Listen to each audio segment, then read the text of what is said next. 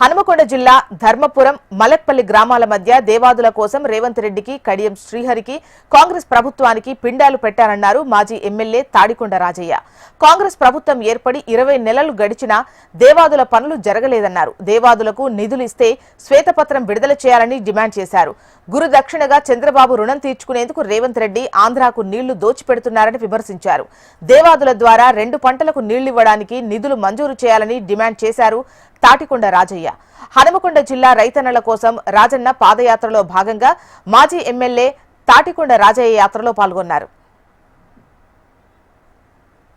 17 నెలలు కూడా కట్టడి పట్టకపోతే దేవాదుల దగ్గర పిండాలు పెట్టడం జరిగింది. ఆనాడు ప్రతిపక్ష నేతగా కడియం శ్రీహరి మీద. ఈ రోజు కూడా దాదాపు కాంగ్రెస్ ప్రభుత్వం వచ్చి 20 నెలలు అవుతా ఉంది.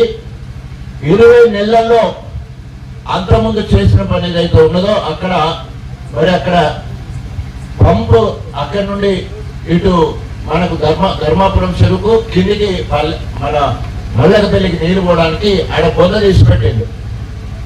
పైపులు కొంత వేసాడు, కొంత వేయలే. ముందు సబ్ కాంట్రాక్టర్ లీజుకి ఇస్తే ఆయన కొంత పని చేసిండు.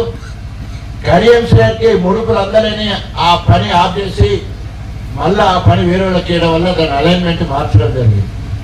ఈరోజు ఆ ప్రాంతంలో అంటే ధర్మాపురం మల్లపల్లి మధ్యలో ఎత్తైన ప్రదేశం దగ్గర ఈరోజు దేవాదుల కోసం రేవంత్ రెడ్డికి కడియం శ్రీహరికి కాంగ్రెస్ ప్రభుత్వానికి పిండాలు పెట్టడం జరిగింది. రేవంత్ రెడ్డి ఈరోజు గురుదక్షిణ తీర్చుకోవడానికి ఆంధ్రకు నీళ్లను దూసిపెడతా ఉన్నాడు. చంద్రబాబు నాయుడు రుణం తీర్చుకోవడానికి. అదేవిధంగా ఇక్కడ కడియం శ్రీహరి రేవంత్ రెడ్డి తొత్తుగా ఇక్కడ దేవాదుల గురించి లేదా కాళేశ్వరం గురించి లేదా గోదావరికి సంబంధించిన నీళ్లను మొత్తం కూడా ఎస్ఆర్ఎస్పీ దగ్గర నుంచి మొదలుపెట్టే సీతారామ సాగర్ వరకు మొత్తం నీళ్లను కూడా ఆంధ్రకు దూసిపెడతా ఉన్నాడు.